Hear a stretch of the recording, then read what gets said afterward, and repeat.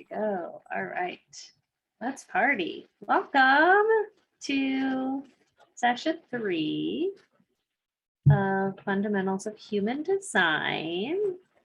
As you may recall, I'm Amber Keys. I'm your hostess. I'm your creatrix. I'm all the things.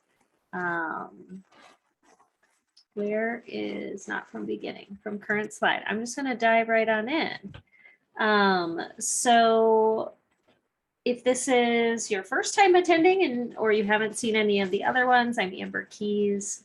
I just told Mara, I'm a transformational life coach and business success mentor. I do have 8 years of working with human design. It's one of my favorite ways of guiding clients back home to their truth. So today is day 3, and we're going to talk about accessing your inner authority and coming back to center. So like we have done in previous weeks, I do want to do a review. I recognize that, these 3 days really are the fundamentals. They will give you a really solid foundation for engaging with your human design and starting to experiment with living according to your human design. So I'm going to just review days 1 and 2, and then we'll do a drop-in. And then I'll take you through all of the authority types, what it means to access your inner authority. And then we're going to talk a little bit about deconditioning as well. So without further ado, let's review. So from day 1, we talked about the systems that human design is based on. So it's based on a number of spiritual systems. We've got the Chinese I Ching, Eastern and Western astrology, the Hindu Brahmin chakra system, the Kabbalic tree of life, all sort of woven into what you see before you here on the slide, right? It's also supported by and reinforced by modern day scientific advancements, right? So in quantum physics, neutrinos have been proven to exist. There's correlations with the human genetic code and amino acids. That's an advanced human design thing, but it's actually really, really cool. So, and obviously some of these systems folks really do still rely on pretty heavily, right? Astrology is a very mainstream system that folks still use today. So it's really cool to sort of see how all of these things can come together to really make this masterpiece that is you. So we also talked about what it means, right? To be exactly you, how we were born, right? With 3 key components, right? We've got our body and our body's wisdom, which is our design crystal. We've got our mind, just our personality crystal. It's the backseat driver there. And then we have our magnetic monopole, right? That magnetic monopole is the attractor force that sort of pulls us through life. It's the driver or the steering wheel in the car scenario. And the art of being you is learning how to put the driver back in the driver's seat, right? And let the car drive down the road wherever it's going to go. And for that back seat there, your personality or your mind, to be an observer, right? But to not be trying to drive from the back. So this is basically the crux of human design. Everything you do in human design is really helping you to come back to be in integrity with your true self, not the societal shoulds and the conditioning and all of the other things. Okay. So then last week, we talked about energy anatomy and how that impacts the way in which we move through the world. The way we move through the world in human design is called our strategy. So we talked about why I don't like the word waiting, but we talked about the different aura types and how that impacts the way we move through the world and interact with other people. So we did the first half of sort of strategy and authority, right? Follow your strategy and authority. That really is 90% of this. Where we run into trouble is the authority piece. Strategy is pretty easy to understand, right? But really accessing our inner authority is a challenge. So, and we'll talk about this a little bit more, but I mentioned this last week. If you do want to take this deeper, these 3 weeks, these are a great introduction, right? But there's a whole lot of extraneous information. If you want to get individualized support, if you really want to be doing this, you can do a 90-minute human design session for half off. Or I do have doors open right now for my signature course, which is called Embody Academy. It's 16 weeks of going through my 4 transformational pillars, which is confidence, clarity, peace, and ease. So there's opportunities to take this deeper, to get individualized support. I know this is a lot of information to take in, so the invitation is always there. Okay, so now we're going to drop in before we move into accessing our inner authority. So find a comfortable spot wherever you are. You can have your camera on or camera off. I always like to check in with my neck and my shoulders. For you, you might hold stress or tension maybe in your hips or your back. Hip circles, moving around the chair. Maybe playing into a little bit of a stretch here. Just find 10% more comfort in your physical body, right? The vehicle that carries you through this lifetime. And I want to take a moment. We're just going to do 3 breaths again. We're going to call in these aspects of self. So often we have parts of ourselves that we're like, cool, you can sit at the table, and other parts that we want to lock out on the porch, right? So we're going to welcome in, I think we'll do 4 breaths actually. We're going to welcome in the parts of our design, right? These sacred aspects of who we are. And we're going to take a moment. We're also going to welcome in maybe some of the aspects that feel unwelcome. So whenever you're ready, we're just going to go in and out through the nose. Go in and out, call in physical body. Make sure it's online. Does it need anything? Really take time and open up to any messages that your body has for you. And take a second breath. And welcome in, breathe, personality, thinking brain, logical, strategic mind. And then with our 3rd breath, we're going to call in, just recognize our true essence, your magnetic monopole, your soul, your divine spark.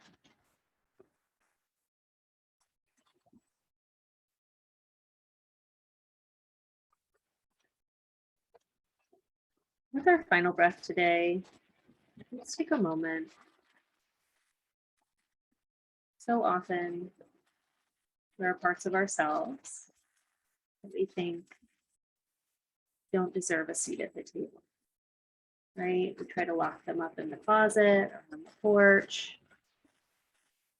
We don't give them the time and attention because maybe they're negative, or maybe they're shameful or guilty feelings.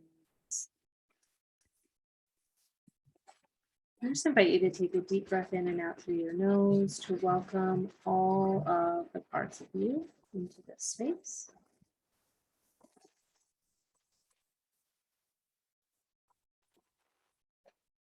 There's nothing else to do with these parts except to welcome them in and open our hearts to them. As we continue to drop in, I just want to remind you, right, that human design is a sacred system. Who you are is sacred. Human design is an anchor that can guide you back to your truth, but it isn't a dogma. It's not the gospel truth. It is merely a means of living, right? It illuminates the mechanics by which you can come back to center when your not self mind starts to take over the driver's seat. So today we're looking at how our bodies speak to us, right? And show us what's aligned. We're gonna also talk about the things that stop us from accessing our inner authority and what to do about it, right? And then, as I've mentioned on all 3 days, success here is not how much can I learn, how much can I remember, how much can I sustain, right? It's, can I be 1% more me today? Can I be more in alignment with my highest self today? That is success. That's winning the game.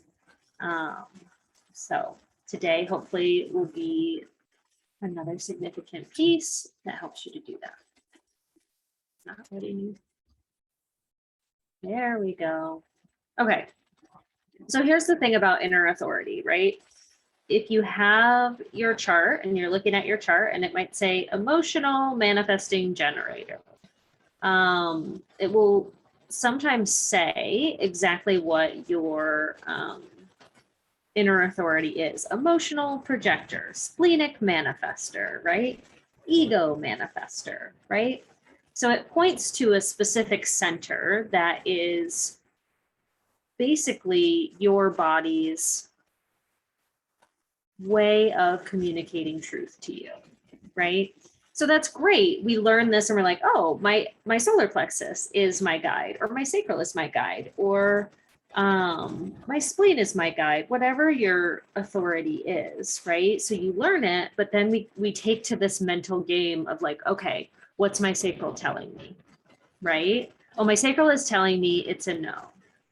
And sometimes I have clients who will start to justify and rationalize the yes or no, at which point I'm like, well, then this isn't a sacral thing, because chances are sometimes you really don't know. But the moment your mind starts to rationalize a decision for you, you've fallen out of alignment with your inner authority.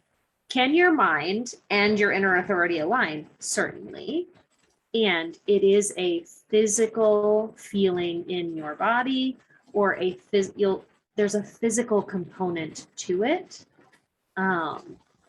Even when we're mental projectors, there is a physical shift that you will experience for a yes versus a no versus like a not right now. So we're going to talk about it. And just like with when we talked about type, there's an order of operations here, right? When we talked about energy anatomy, we talked about the throat and the sacral and how these are, and the motors and how they're defining centers, that they determine what your type is. Mara, I don't know if on your side, are you able to make me disappear for this? Just because I think the authority, like lunar and mental, might be covered by this. It should be okay right now. You're not showing. Oh, it's okay. Yeah. Oh, okay. I'm totally showing. Okay, cool. Great. Okay. As long as you can see, that's great. Okay. So in our inner authorities, right, when we're looking at it, there's an order of operations. So again, it comes back. If you have someone who's really good at reading charts, they're going to be able to look and tell you exactly, like I can look at someone's chart. I don't need to see like the writing on the side to know, okay, you're splenic or you're emotional or, right, you're self-projected or whatever it is, right? Because there is an order in which this goes. And so we're going to talk about the most common one first, because again, if, for example, this center is defined, it means that you are emotional, right? So the first of the inner authorities is the solar plexus. 50% of humanity is emotional authority. Even if you see sacral is second, right? Even if you have your sacral center defined, you're always going to defer to your solar plexus. So any type can be emotional, except for a reflector, obviously, because reflectors don't have definition in any of their centers, and they are to wait the lunar cycle. That's their inner authority, right? So the thing to remember about the solar plexus, right, is there's no truth in the now. I love this, given my background in the Pasta meditation, right? It's almost like everything is fleeting. Emotions come in waves. We'll talk about what those look like, right? But there's no truth in the now. So when it comes to making decisions, I don't love this as a rule. I think this is a myth about waiting, right? But you might need time to cycle through. You might need to sleep on it. You might need a few days, right? Before making big decisions, right? When it comes to, obviously, you're not going to sleep on like, oh, what should I have for lunch today, right? You'll just have clarity, usually, emotional clarity. So the solar plexus is dual. It's both a motor and an awareness center, but we're thinking in terms of the emotional awareness, right? If you are emotional, you want to remain aware of where you are on your emotional wave. Are you in a place of excitement or hope that's motivating you into a decision? Or are you in a place of despair and hopelessness that's motivating you to make a decision, right? Sometimes I call that despair and hopelessness, I call it like that desperate recklessness, where like that's where we can tend to like burn our lives down, or right, we can make bad choices when we're in a heightened emotional state. And so it's just really, really important, if you have the solar plexus as your inner authority, that you are aware of where you are emotionally, and then you start to work with this center, right? So you start to work every day with your solar plexus. How am I feeling about this, right? Could be it's summertime. If you're traveling, like, how do I feel about this vacation destination? How do I feel about going there? How do I feel when I think about, you know, being with my whole family at the family reunion or whatever it is, like tuning in to see what you feel, right? The way you know that something is aligned for you is it's almost like there's this clarity. There's no charge to it, right? You might feel happy and excited to see your family, right? But there's not that clinging charge that you get. Trying to think of another way to explain it. I have a client who she's like, yeah, I just like I woke up and I knew that like next March I'd be in Costa Rica, and I don't know why, but I just knew that that was going to happen. And I started telling people about it, and they would say, oh, how do you know? And she's like, I just have this feeling like I'm going to be there. So that's sort of the emotional. I'm going to show you the waves, because I think it's important to understand how your waves work as well, just to hold that in your consciousness. So in human design, the waves are, if you're defined, there's a way that you have a fixed way that you emote, right? And so you can see here sort of how it looks, almost like an EKG. So we're going to start just with the sacral to the solar plexus is the 59.6. It's a short little one. And that's called the wave of all waves. That's sort of what defines the solar plexus, for example, with your sacral. And it's interesting because this wave in particular is pretty subtle. Folks who have this wave, they're relatively even keeled, and like they do have feelings, obviously, that that they experience, but compared to the other types of waves, they're not having high highs and low lows, right? The tribal wave right here, so this is the 1949 or the 3740. This is the next one you see when you look at the solar plexus, right? It's a triangle, and then you've got the one in the middle, and then three sort of layers, right? That next layer is the 3740 to the will center and the 1949 to the root. That tribal one, it ratchets, right? And what happens over time, right, is Something might make you a little upset, but then you stabilize. Something makes you a little upset, you stabilize. Something makes you a little upset, you stabilize, and then you explode, right? I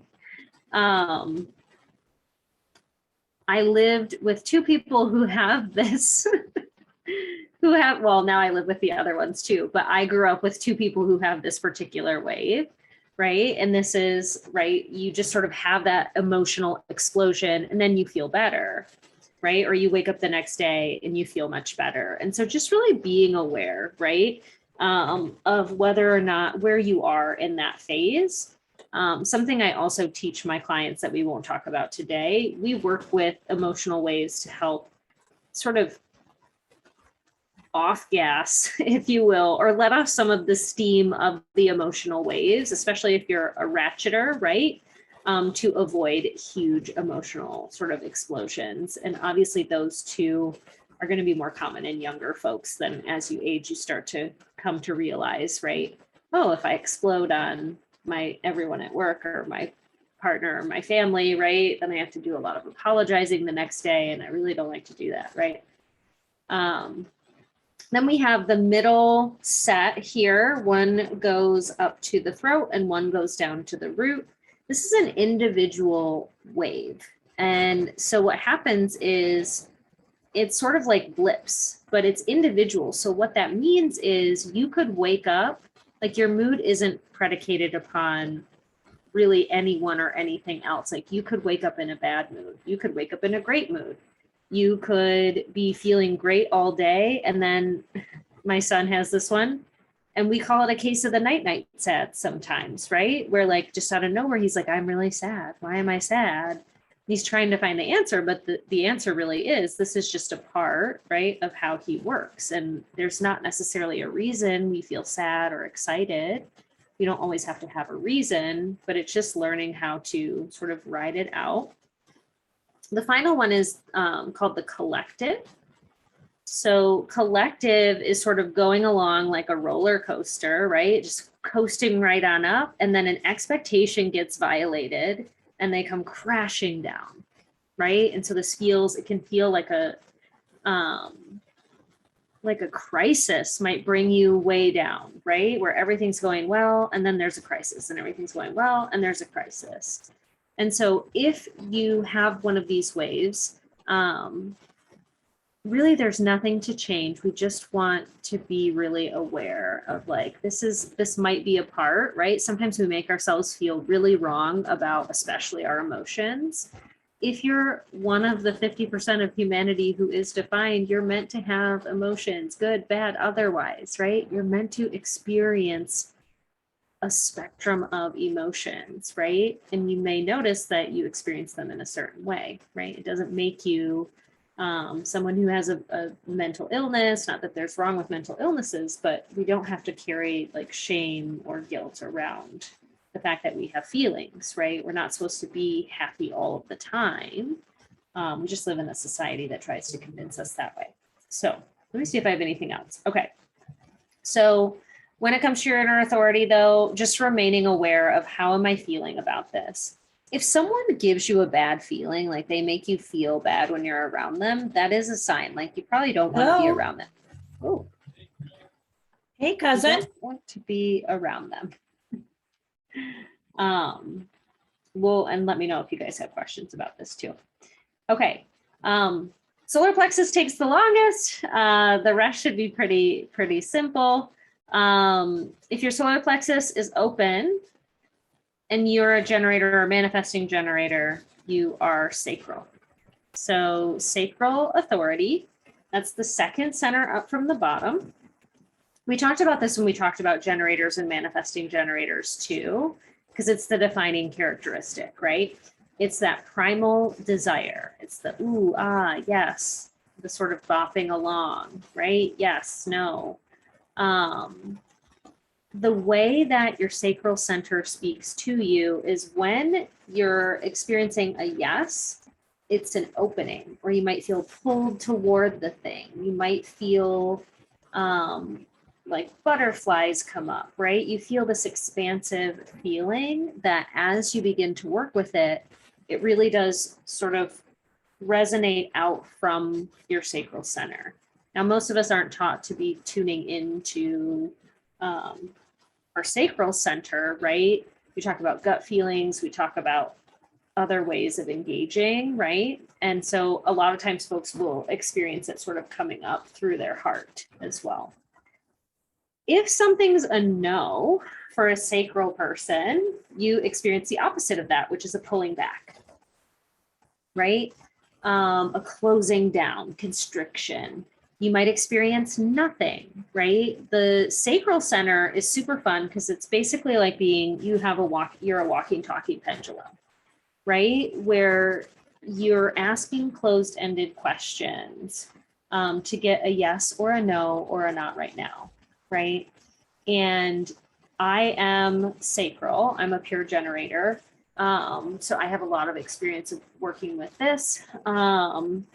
And it really is something where, again, it takes time to get your mind out of the equation to really tune into, right, that space between your pubic bone and your belly button to see what sort of sensations you experience. Sometimes we need to like come down or go for a walk to get back down into our body to experience that. The no does feel almost like nothing or a closing down. Okay. Before we go on to the rest are going to be projectors and manifestors. But before we go, because we have now covered about 70%, does anyone have any questions about solar plexus or sacral?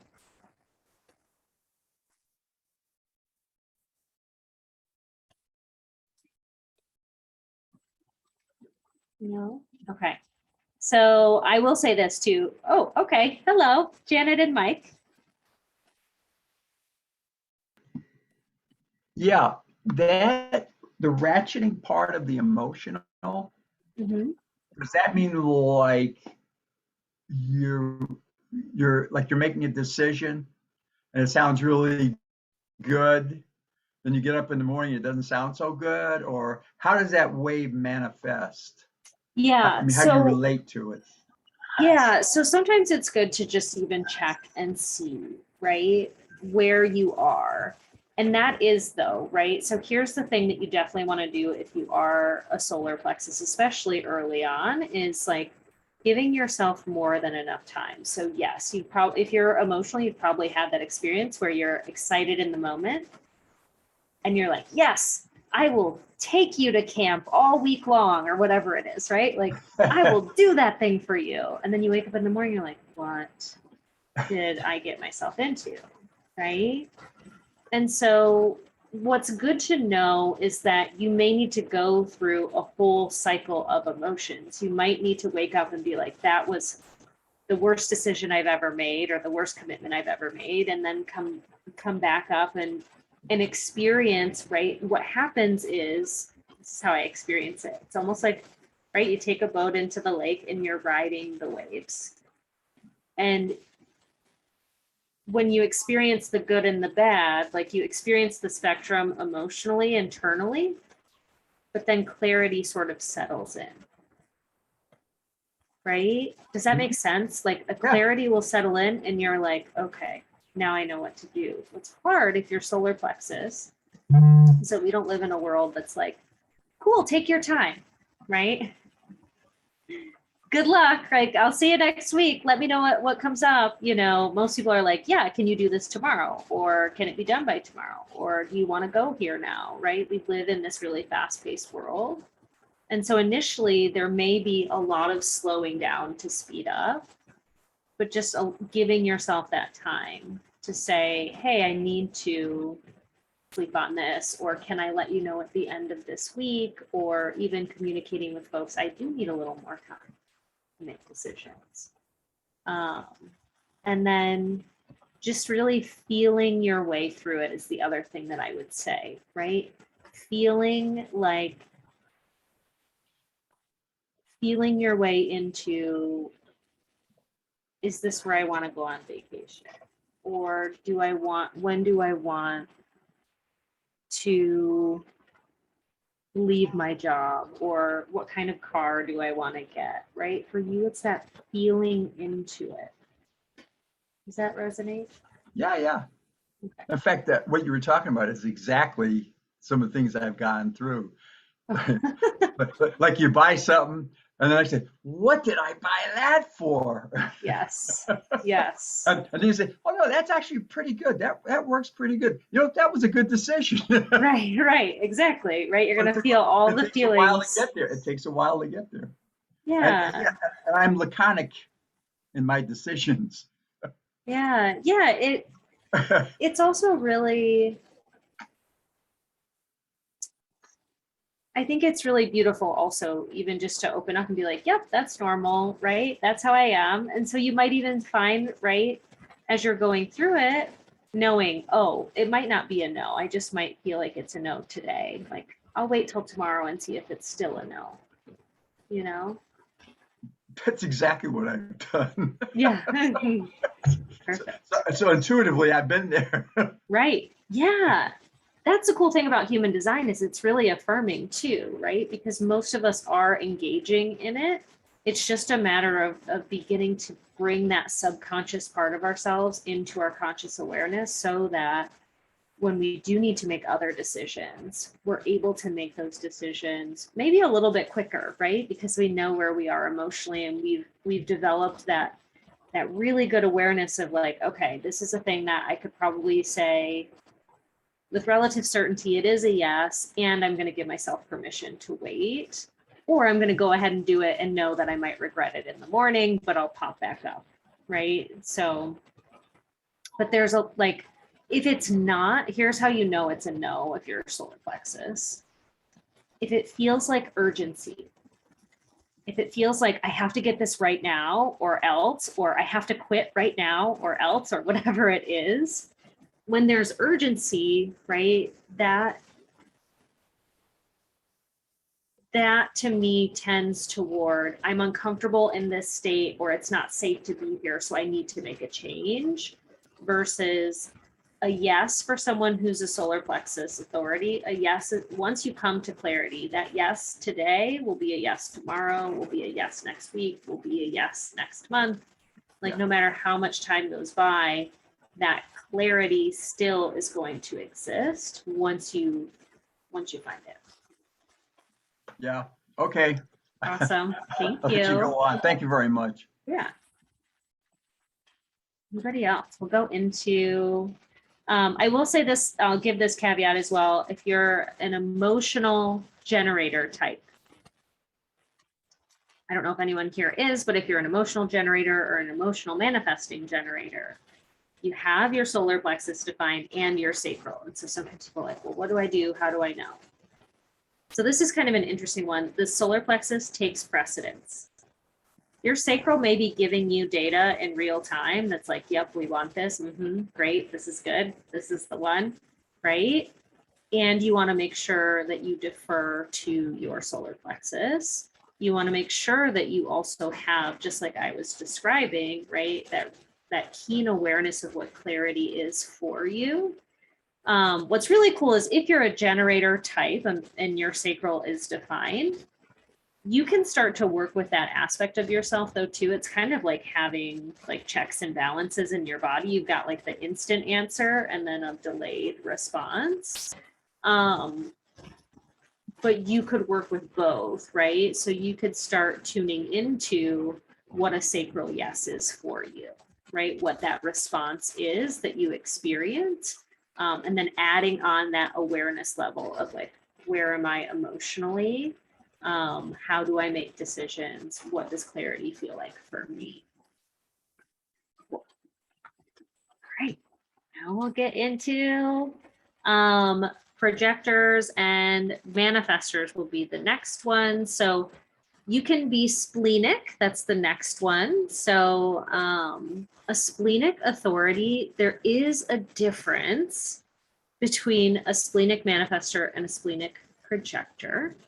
If you're splenic, this is when we talk about gut feelings, right?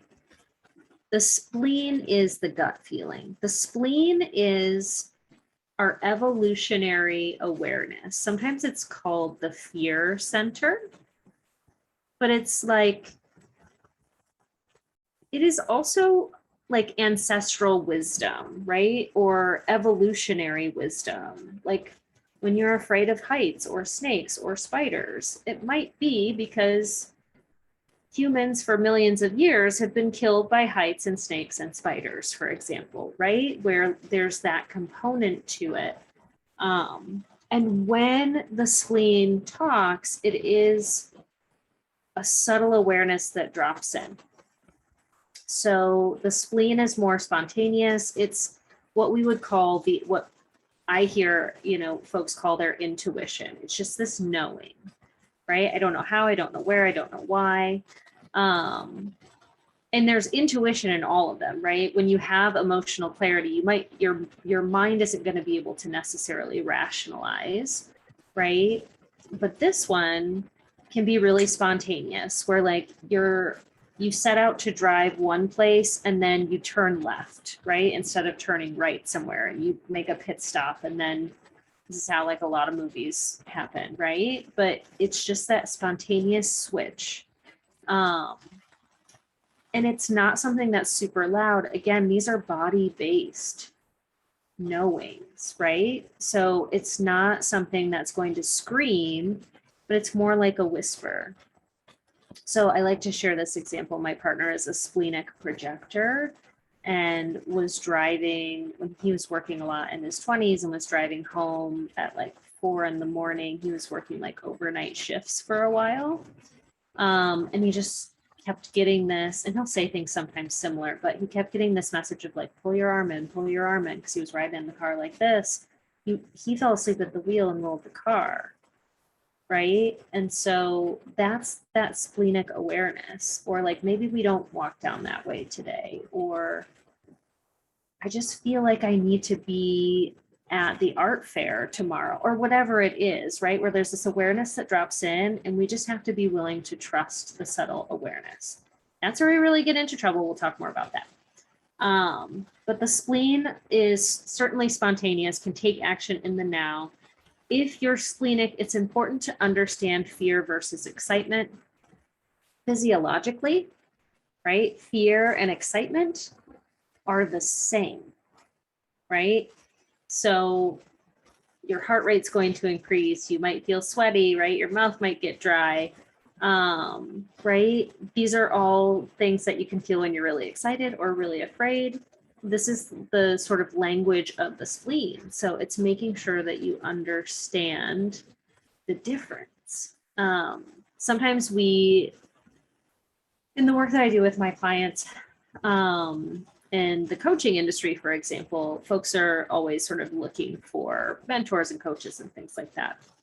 Sometimes you can find someone is very triggering, right? Where they don't feel good for you, but you're like, oh, maybe it's because I need to learn something from them, and then they hire them. That's someone who's like leaning into the fear versus the excitement, right? Then they hire that person, and it turns out that person is just a problematic human who is harmful and doesn't treat them well, right? Like, the spleen knows. It also speaks in terms of like toxicity, right? It's going to know what's good, and it's going to know what's bad. It's going to know when it's time to go. It's going to know, right, if it's safe to stay.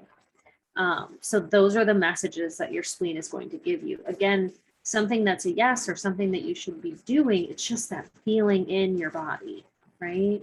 I don't know how I'm going to wind up in this place, but I'm going to be there, right? So the differences that I think are just important to note, a splenic projector, it doesn't have the root coming up to the throat, because that makes them a manifester. And so it's not a huge difference, but it's just to know, right? When we talked about energy anatomy, a splenic projector might be the spleen and the will center are connected, or the spleen and the G center, or the spleen could be connected to the root as well, just not the throat here. So a splenic manifester really can take that action, right? Because manifestors are the ones who jump into action because they're the internal. A projector is just going to sort of know, right? They're just going to have what we call an intuition.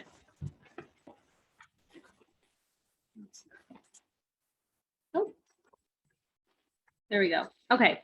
Next is ego, sort of same story, right? As long the ego can't be going to the throat. If the ego goes to the throat, it makes you a manifester because that's a motor that connects to your throat. So ego is really fun. These folks have a lot of deconditioning work that they need to do because they probably have a lot of conditioning around being selfish or self-serving. Because the will center is, what do I want? What do I desire? What do I will for myself, right? So if you're ego projected, your will actually is going to connect. The only place it can connect into is your, oh my goodness, your G center here. If it connects anywhere else, it makes you a different, right? Because of the nature of the order of operations, it can only connect here. So your will, what you desire, is a part of who you are.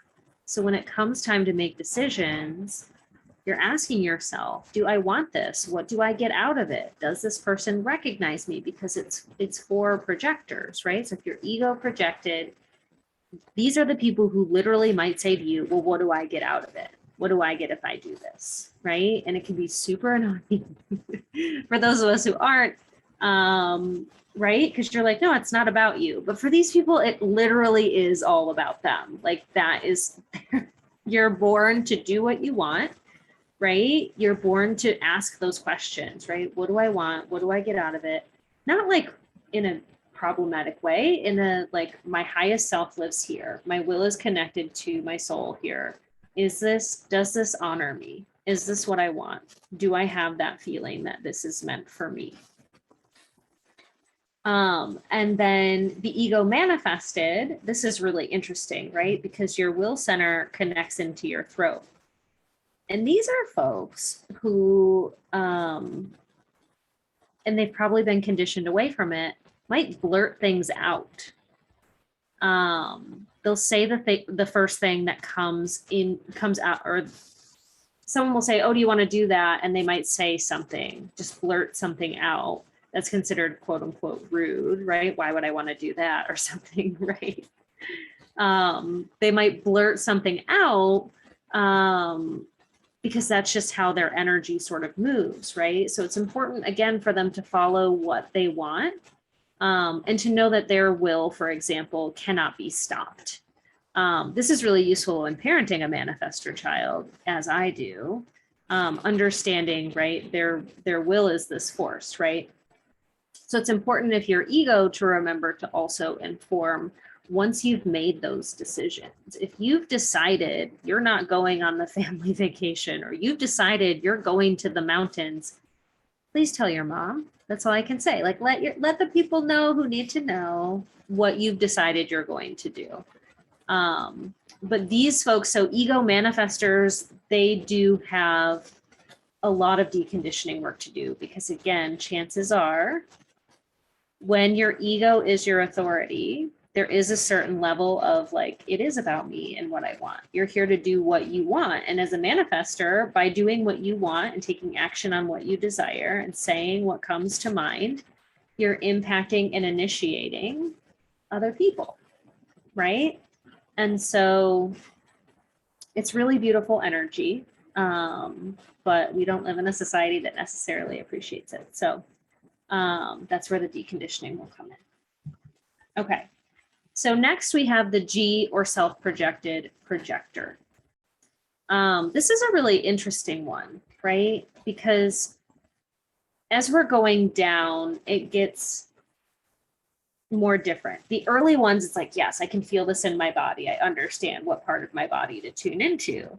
As we move forward, like self-projected projectors, they need to talk things through. So they literally, it's their throat connected, or I'm sorry, their G center connected to their throat. They need to talk things through. They need someone that they can talk to, because what they need is to hear their soul speaking through their throat. They need to hear the quality of their voice, right? So they need to feel into that divine part of themselves that lives in their G center and talk about what does this opportunity mean for me, right? If you're making a decision, what would having this car mean for me? What happens if I marry this person or whatever it is? So when you're talking things through, you're going to hear it, the truth, clear as day, come through you, right? It's not when you're talking to someone, again, we don't need other people to make decisions. So you could you could send yourself Boxer notes or voice notes or whatever, but making sure that you have someone that understands the assignment, right? I'm going to talk at you. I don't need your advice or your input. I just need to talk it through. I have a few friends who are self-projected. And it's so funny because they're the ones who will always leave me like 20-minute voice messages. But they need to talk it out. They talk about all aspects, right? I got invited to do this or this or this. Let me talk through everything, right? Because eventually they'll meander back to like, this is the truth. Okay, I've made my decision, right? Okay, and then the next one is mental projectors. So similar, but slightly different. So mental projectors also need to talk things through with a confidant or a group, but they actually hear the truth reflected back to them, right? So it's through conversation, through like focus groups, if you will, right? Through brainstorming sessions that they become aware of the truth, right? It's the resonance of the truth once you've hit on it. And from an energetic anatomy place, right? You're defined in your either these two, or they could also be connected to the throat. And so there is this like, it's sort of like almost like a claircognizance, if you will, right? Where you just know that's the one, right? Sometimes I imagine like Mad Men style, I don't know, like an ad agency where people are sitting around and they're trying to come up with different like logos or different, what are those called? Taglines for things, right? Where you're getting everything out and then everyone sort of collectively is like, this is the one, right? The mental projector, it's going to be reflected back to them. They might have the thing that they think is correct, but then it will be reflected back to them in the conversations that they're having. Okay. Next one. This is really fun. And it's interesting, right? The more open we are, the more subtle I think it becomes. So if you're a reflector, it says none. Actually, it says none for mental, but that doesn't, I don't believe that belongs there. I didn't make this image, as you can see. But reflectors need to really take their time. We talked about this in type as well, right? Reflectors need to take their time. They need to go out in nature. They need to talk to people. They need to hear themselves say it. They need to hear it reflected back to them, right? And then eventually, again, it's a dropped in clarity where it's like, this is the truth. It's almost like what Mike and I were discussing too with the solar plexus, right? Where the reflector is really out here on a journey, taking in so much data to come to clarity in their, it's a feeling in your physical body. It's a knowing, it's an unquestioning knowing. So when this says none, it's actually really interesting to me because reflectors have access to all of the centers, right? They're what we would call an empath, right? They have access to all of the forms of inner authority. It's not theirs, right? But they can experience that clarity on a physical level. Let's see. Okay, I'm gonna stop right here really quickly because we just talked about then the projector types. So mental projectors, ego, and then the manifestor types and reflectors. So if there's anyone, does anyone have any questions or thoughts on that or anything they'd like to add? If you experience that authority and you're like, no, Amber, you got it totally wrong, let me know. Or if you have an experience, right, share what it feels like for you.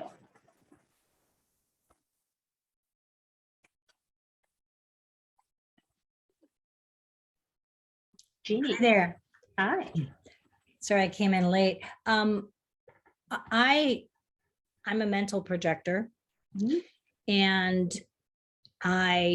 Mara and I are both mental. So we've had little conversations about this because we see each other nearly every day, Yeah. and we are two very different kinds of personalities. Yet there is this thing that is true about it for me and for her. I mean, we've talked about it, so I can speak a little bit about that. One of the things, when you were talking about the splenic, I believe, that was quite resonant for me, as was the one with the mental projector.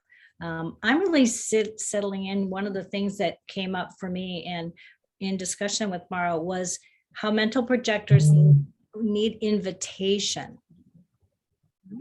I am really sitting with that. That was a conversation. I relate to that, having the conversations where it's like, oh, okay. And that, the invitation, I've done a lot of spiritual personal work for decades. And that's something new to chew on and be with and notice within myself, that how hard it is to wait for the invitation and how to invite people to invite you. Yeah. Yeah. Consent, That's right? kind of what I find that I need to do, right? Yes. Mara's giggling, right? Though, I mean, it's like, I want to be invited into certain situations, especially healing things, energetic work, etc. And at the same time, I'm not going to sit around and wait for them to invite me. So I need to find a way to invite them to invite me. It's a little thing going on within me right now, and I'm welcoming it. I think there's truth to it, and I think it gives some clarity to how I move through the world and how I am with groups, and the things that are uncomfortable for me in the world, they're real, and it's really okay. I'm okay with it. But I just wanted to say that out loud. I love it. you. Yes, that's beautiful. And yes, so it's so interesting. I can understand why the splenic would feel that way for you too, because I think mental projectors on some level, there is like this, it's a claircognizance. It's like you just know what you know when you know it, right? Yep. Which is not, it's akin to the spleen, right? But there's just this, it just drops in and there's things that you know. So absolutely.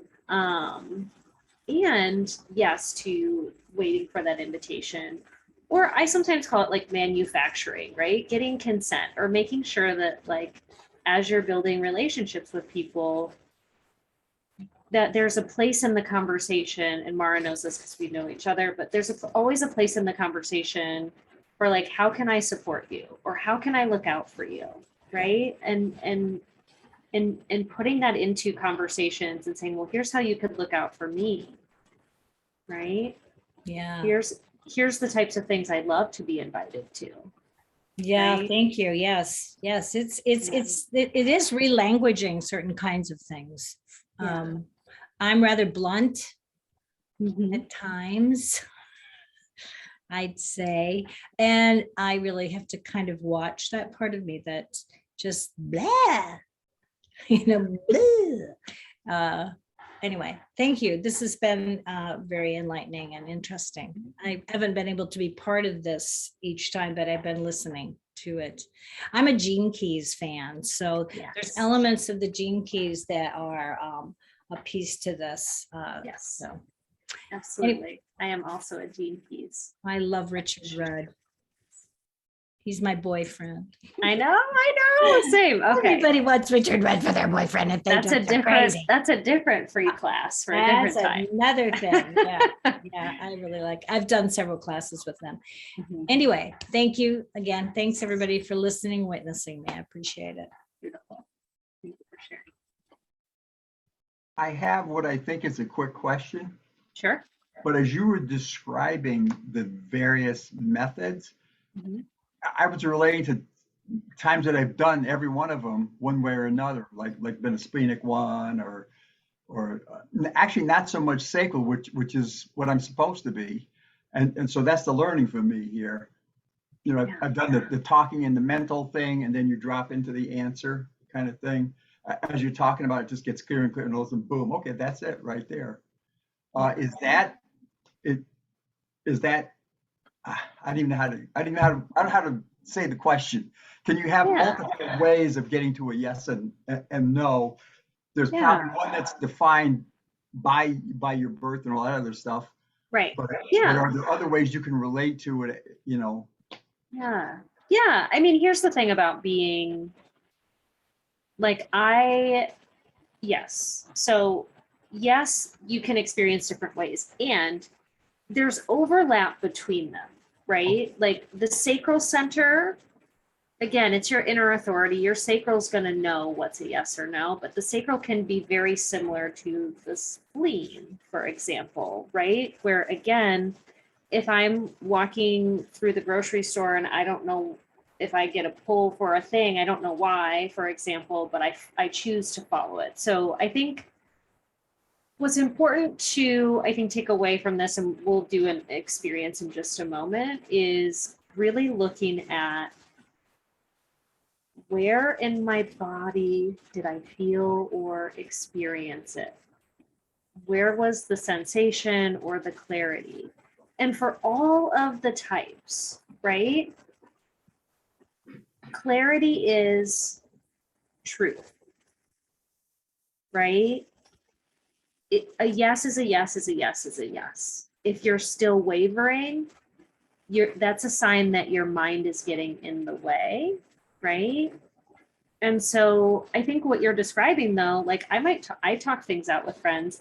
Without seeing your chart, it's hard to know, but like I'm defined in my throat. So I'm going to talk about ideas until everybody tells me to shut up and go home, probably, right? Like I will talk about things. And so there is times where like I hear things come out of myself, and it is still though, like I can always trace it back to like this opening that I feel. Now I have 8 years on this, right? It took me literally, and I just want to say this for everyone's sake, it took me years to trust, right? Because it's one thing to get the sensation that's clear. It's another thing to trust and follow it, right? It really does take a long time to practice this. And if you take nothing else, I would say, right, that I would love for you all to look at this as an experiment of like, oh, I had an opportunity to make a decision, or I said I was going to do this, right? And really starting to see like, oh, okay, like that's one for the no's camp. Like this is what the no feels like in my body. But this is a yes camp, right? This is what when it was aligned, when you have your strategy and authority and you're aligned and you're a projector who gets that aligned invitation, and your inner authority is a yes, this is the right time, the right person.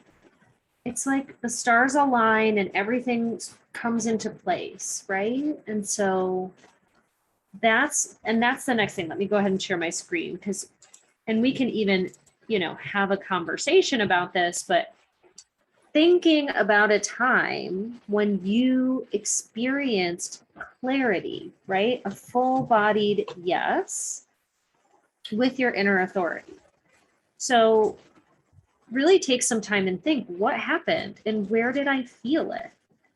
Right? Can you drop into your body and feel what was happening inside of your body? Right? Or was it a thought that you had of like, everything's coming together, this is going to be so good, right? When something is aligned, it just like, I don't even know how to explain it, right? But it's you want to capture that moment where clarity drops in and you're like, oh, that's the solution, right? It might be an example of like, you were really struggling with something. I'll give an example of my own. I used to work Fortune 500 and I was staying in this job because I wanted it to like, I wanted to keep it so I could buy a house and then leave. And I'm like trudging along through this job that I want to leave. And my sacral all the time is like, you need to go, you need to go, you need to go. I'm like, cool, but I have to stay here because like I need to buy a house. And then no joke, the day after I go to like get a loan, my identity is stolen. So it comes on my credit report that there's like a student loan that's been opened or whatever. And I'm like, my whole world is like crashing down around me because I'm like, the only reason I stayed at this job was because I wanted this house. And obviously that wasn't where I was meant to be. But I had this moment where I was like having like an existential crisis of like, what am I doing with my life? Why am I here? What am I doing? And I just so happened to be talking to a friend about what happened. And what he said to me was like, oh, it sounds like you need some R&R. I know of the perfect place. And then within 3 months, I left my job and was living in a farmhouse. And we had cows in our backyard. It was the greatest thing ever. And when I was in conversation with this person who's like, hey, it sounds like you need XYZ. Do you want to take a look at this place that I have that you could stay in for like half as much as what you're spending in rent? Right. But it was just like, and I'm a generator. So again, this is strategy and authority where I'm not really doing anything. But he's like, do you want to see this? And I was like, yes. And then we were like, obviously we're moving in. Right. But that's sort of what we're looking for, right? That moment where you're like, oh, okay. And it could be, I saw the car, or sometimes you hear the stories of, right? I told everyone I'm going to marry that girl or whatever, right? What did that moment feel like in your body? And then the other thing, and so this is to continue working with. Think of a time when you're receiving a no. What was that like? A lot of times we override our no because we're people pleasing, right? Or we've been conditioned that we should be doing it one way or another, right? What happens then is that you experience your not self signature from last week. You're going to feel frustrated. You're going to feel bitter. You're going to feel resentful and angry, right? So all of these are going to come together that when your authority is a yes and your strategy is there and you're experiencing satisfaction, success, joy, peace, all of these things, everything comes together, right? Does anyone want to share an example of a yes or a no and what that was like?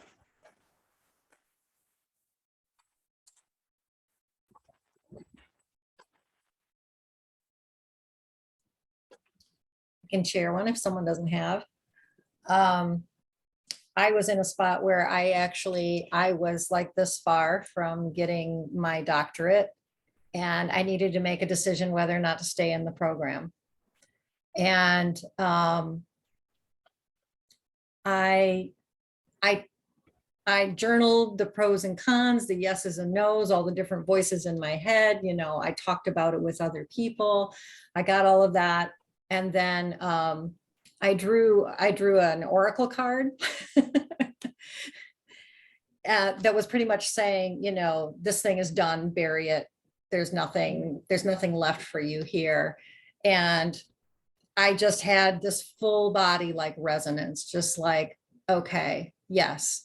And so it's kind of funny that, you know, I had been through everything, but as a mental projector, that was me having these conversations, and then it was reflected back at me in a way. I'm like, that's truth, even though it's a hard truth, you know. It was just like, that is truth.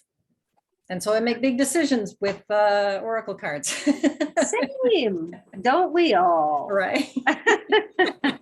I love that. And I also love that as the example for a mental projector as well, that like the conversation right? You're having conversations with spirit, right? You're consulting on other levels as well, right? So to have that reflected through the oracle card, I think is really cool. And to know, right? Okay, that's what that feels like. So we want to create more feelings like that, right?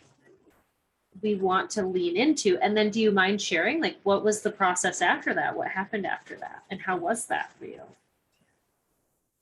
The process was more confirmation as, so part of it was problem with integrity with the institution that I was in. And so then as I was trying to, make the completion and things like that, so they didn't even respond to my withdrawal for almost 3 months. I mean, there wasn't even a nod, just like, okay, we'll process. There was just like crickets. And, so for me, it was just continued confirmation that I had made the right decision. Because the way that they handled the whole exit process was also just, more reflection of what was wrong there in that space. And so that's what it was like for me. And I have not regretted that decision. Yeah. And it sounds like too, right, from the projector perspective, to not even get a response shows that they don't honor you. Right? Exactly. Yeah. They didn't recognize you or honor you. I like honor also for recognition. Like, does this person honor me? Right? Do they see me? Do they get me? So Yeah.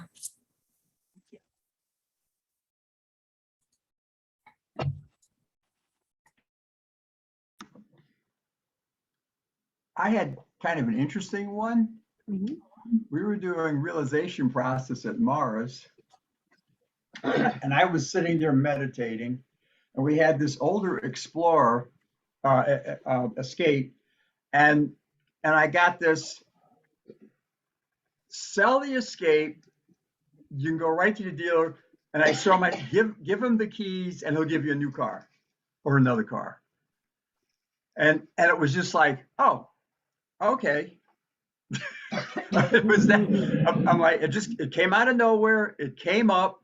Mars laughed. It came up. I went. I did exactly that. I went there. I actually saw myself giving the guy the keys. I saw him giving me the keys. It was exactly like these images. Wow. Then I walked out. I go, hey, cool. Yeah. And how did that feel? Oh, the whole process was well, the mental came as like, are you kidding? You're sitting here meditating and you're just going to take your car, and then I did actually do some mentalization on it. I said, well, you know what? It's got 135,000 miles. It's got these kind of things that could go blah, blah, blah, blah. And I said, actually, that's really not a bad mental decision either, Yeah. And it felt really good. It felt like, boom, yeah, this is it. Yeah. So I didn't hesitate. Yeah. And that clarity, right? Of like, I just went right there and I did it. Right. And I think that's what we're looking for, right? That for you is that I went right there and I did it and it was easy and it made sense and it was just done. Right. Awesome. All right. I have a couple more slides because we're going to talk about, come on. I don't know. There we go. Okay. And this is just, these are like little like disclaimers, right? So I've already said a lot of these. Oopsie doops. This is my favorite. Okay. Okay. So something to know as well, right?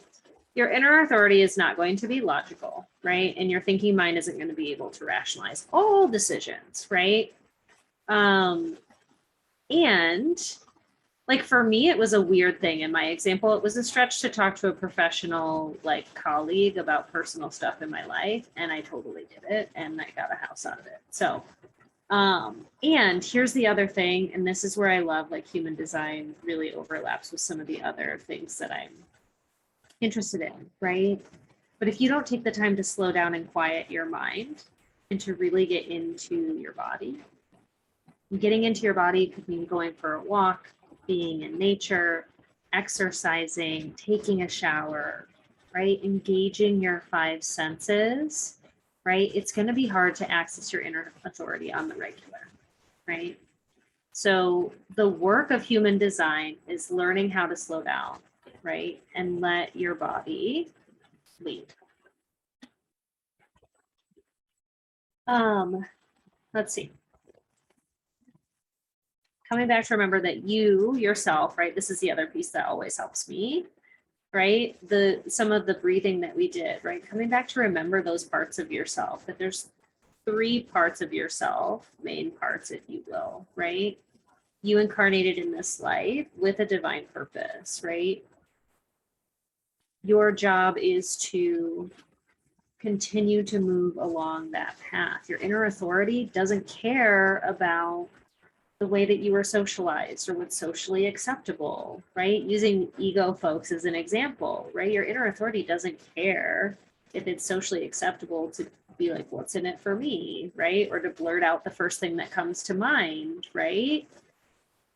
And that's who you are, for better or for worse. It's not good, bad, or otherwise, right? So it's really important. That's the work of human design, is how do I come back into myself?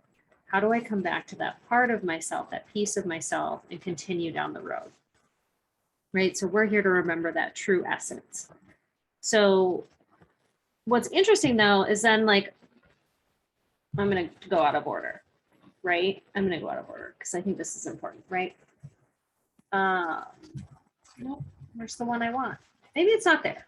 So one thing that I also already talked about, but sorry guys, folks. Okay, there we go. That's the right slide. It doesn't stop, right? It's not as simple as saying, oh, I'm emotional, so this. Oh, my sacral says this, because I see that a lot where people think that like the next day they're like, my sacral says to do this. And I'm like, how do you know that? Because anyways, it takes time. It really does take time, right? So we don't want to rationalize, right? We don't want to be overthinking or over analyzing. That's another sign, right, that you're out of alignment or that your mind is running the show. If you're having all sorts of thoughts and things, right, if you're overthinking or over analyzing, then you don't have clarity. Sorry, I'm moving around. My cat is eating my thing, right? Okay.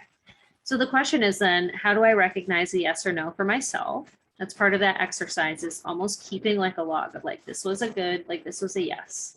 This was a yes and I said yes. This was a no, but I said yes, right? This was a yes, but I said no. Like looking at and just being open to like, okay, what does it mean, right? What can I take from this? What can I learn, right? And then how can I learn to trust my yes or no the next time that I get it, right? So this is the thing that I want to talk about, and it's like this much of the whole thing, but this is a huge, huge piece of human design as well, right? What gets in the way is your trauma and your conditioning, your not self, which tends to speak in terms of fears and doubts, and your thinking mind. Okay, so layers, you got your, my son got her. He's got this toe. Sorry.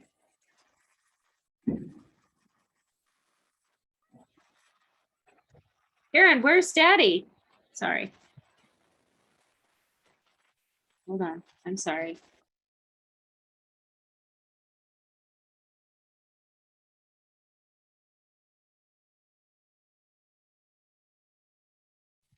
Sorry. This is entrepreneurship when you're a mom. My son hurt himself. I think he's coming in. Okay, so this is what I want to share. Actually, I can stop this here.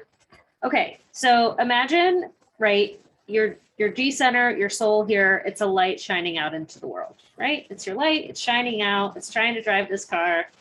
Your mind's getting in the way. Here's what's happening. You've got your light, and then you've got layers of conditioning. From the moment you're born, when they're like, it's a boy, it's a girl, you're being conditioned around what that actually means. The clothes that your parents put on you, the way that they talk to you, right? There's all this conditioning. Things happen in your childhood with siblings, with teachers, with classmates. We're just piling on the filters, right? Oh, you're too loud, you're too bossy. You can't talk like that. You're a wussy. You're right. All the stories that it's insane, right? Everything that we're picking up. And then if we look at the sociocultural context, not even your individual experience, right? Then we look at the messages that we're sending, right? On a larger scale, we have all these rules that say, right? You go to school, you get the degree, you complete that degree, even if you don't want to, because we just finish things around here, right? We don't quit stuff. But we can quit things, right? Like, we have this conditioning that says you need to do it this way or you'll hurt someone's feelings, or right, we're so turned away from our truth, right? That human design is ultimately, my favorite thing to do with it is looking at those parts and pieces, right? Those stories that we're telling ourselves that we forgot to ask, is that true for me? Like, is it a gospel truth? Is it a capital T truth for me that I can't quit something, or that I have to see it through to the end, or, you know, divorce is bad or wrong, or I need to, something a lot of my clients are, I have clients who are consciously childless, like, oh, I should feel some kind of way about having children or doing whatever, right? I should stay in my career. I just need to find one career and stick with it until I die. Like, you might not, you truly, I see charts every day. You may not be born to stay in the same career or the same marriage or the same school, or you might not be well wired to take care of children, like any of the things, right? But I think just having that permission slip that says, like, I get to be this way, I get to be all of these things, right? And I don't have to subscribe anymore to the message, right? Or I don't have to subscribe to the messages that I received as a child. I don't have to subscribe to what people are saying today. I just need to tune into what's true for me. My very favorite quote from Ra Uru Hu, who is the founder of Human Design, is, did I share this already with you all? If you allow someone to be who they are and they allow you to be who you are, that's love, and anything else is torture. So we still have about 12 minutes, but I'm going to leave it there on my presentation pieces, because I think that's the honest to goodness truth, right? The mechanics of human design we've gone over. It's the not self that's going to prevent us from really making headway. So the deconditioning then is sort of the next step in that process. Is what can I let go of? Can I start to get curious about where my beliefs are coming from and whether or not I want to continue to subscribe to them.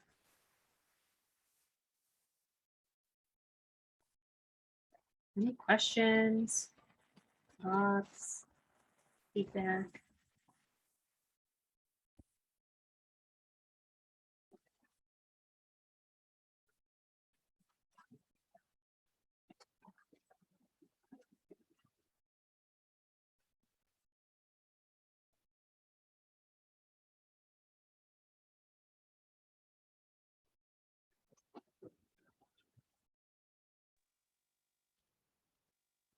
I have a question about open centers. Yeah. So I have defined splenic or sacral, I'm an emotional projector. So am I feeling my emotions, and as someone with an open center amplifying my emotions, or are they amplifying like hidden emotions they have? Or why is that uncomfortable when I have a defined sacral and they have an open sacral? So you're an emotional projector. Mm-hmm. So your sacral is not defined. My Solar whatever plexus? yeah, that's what I mean. Okay. I'm sorry. Okay. Sorry. Thank you. Solar plexus. That's okay. So conditioning is why. The solar plexus is, and it could be a couple things. Number one, if you're with someone and it feels uncomfortable and it doesn't feel good in a bad sort of way, that's a sign that they might not be that person might not be the person you want to be around if they don't make you feel good. And then like what happens is, so I'll tell you open centers. Anyone can feel uncomfortable at any time, emotionally or otherwise. If you're open in your solar plexus and you're not aware of how the mechanics play out, that's when you're taking in and amplifying. I'll give an example. I'm open in my solar plexus. My partner's open and totally open in his solar plexus. We have an individual manifester, individual wave, emotional manifester, and an emotional manifesting generator who has crisis, the one that's crisis. Okay, I'm going to share this because here's the thing. Like when it comes to conflict, which is solar plexus material, I'm aware. So I see that my son's having an emotional thing and I'm like, cool, you're doing your thing. It's like a storm, it'll pass. I don't need to join you in the chaos, right? If someone's responding to your wave, so with the teenager who also has the wave of crisis, dad's like, I will see you're crazy and like raise you some bullshit now, right? Like he will take it in and throw it back. And then she'll be like, well, I'm going to come back 10 times. So then it turns into like a conflict. So it gets heightened for everyone if the person who's open isn't aware of the fact that like they're being conditioned by the person who's defined, right? Where like that person, if you're defined in your solar plexus, how you feel is how you feel, right? I think there's conditioning as well, that we're responsible for other people's feelings, which if you're defined in your solar plexus, but perhaps socialized as a woman in the patriarchy, you might feel like you're really responsible for other people's feelings. And so that can lead to an oversensitivity that may not really be natural for you.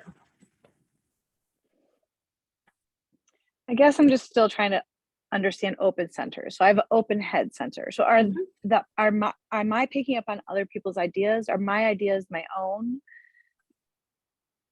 I'm sorry, I'm not better at asking the questions. No, that's okay. So this is actually a whole thing in Embody Academy. So defined centers are your leadership in the world. And then open centers, that's where we're learning our lessons a lot of times. That's where we're picking up conditioning.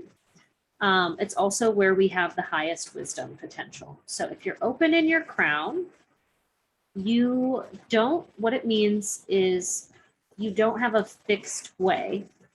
So let's go back to the solar plexus example. You're defined in your solar plexus, you have a fixed emotional wave, and that will be yours all day, every day, for as long as you are incarnate in this body, right?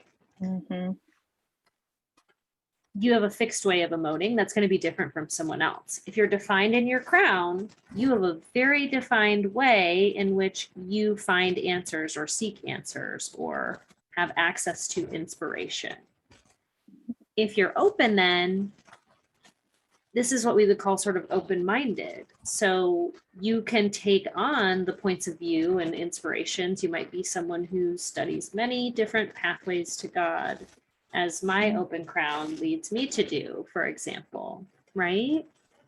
So there's both a shadow and a gift of this, right? So one is open-mindedness. The other is when you spend time with someone, for example, who is defined, they could condition you to think like them, or that their way's the only way, the one true way, when that's true for them, but not necessarily true for you. So it can be where we have our open centers, we can get really tricked into those shoulds, right? This is how you should think. This is how you should make decisions. This is how you should speak and how you should not speak.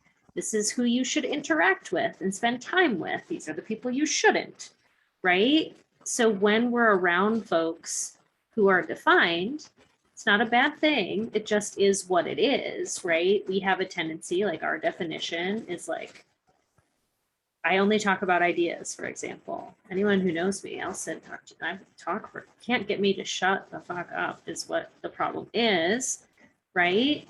But I'm actually here to impact people with my voice, right? But it's, so on the defined side, it's good and bad also, is I guess what I'm trying to say, right? Like, I'll continue talking about ideas all day, every day. Nobody has to listen, or everybody could listen, right? It's just about like, does that answer your question? It's helping me get a little closer to get understanding. What Thank you I want to appreciate it. do, yeah, what you want to do with each center effectively is each center has its own sort of archetypal energy, right? Mhm. Or its own theme. So anywhere that you're open, that's where you're taking in conditioning, where you might be prone to confusion, where you might be prone to fear, to trauma, to other things as well. Anywhere that you're defined, it doesn't mean that you're not still prone to those things, because we live in a society where there is oppression of some people more than others. So you can be someone who has a marginalized identity, who's defined in the throat, who doesn't feel safe sharing their voice, right? Or executing their will, or talking about their feelings because it's not safe. So I think in terms of, I would say that's more of a 201 topic. The open versus defined centers. That's a part of Embody Academy. And I think if you're looking to really embody your design, I would focus first on tuning into that inner authority. It's good to know where you might like go off track. And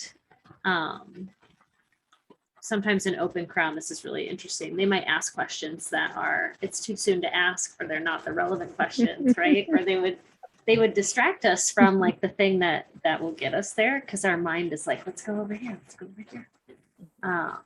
So it's a great question. It's and if you wanted to do a one-on-one session too, that's something I go over, is all 9 centers, what they mean, what it means to have it open or defined. 2 more minutes. Oops. Just Yeah, I have that tribal 3740. yes. I hate it. I do. It's like I'm patient, I'm Yes. patient, I'm patient, and then I explode. Yeah. Yeah. Yeah. And it's good to be aware of that. And the thing that I'll say too, that one in particular is really good for different styles of emotional release, learning ways to process emotions in real time, is really, really useful to help sort of that explosion piece too. It's probably why I was so much better when I was doing CrossFit. Yeah. Yeah. Thank you. Yeah. Well, thank you all. There was one more slide that's like, I just want to thank you all and congratulate you all, whether you're watching the recording or you were here for every session live. This is a lot of information. It's a complex system, and I just want to virtually high five all of you for putting this time in, for dedicating it to yourself, right? Yeah.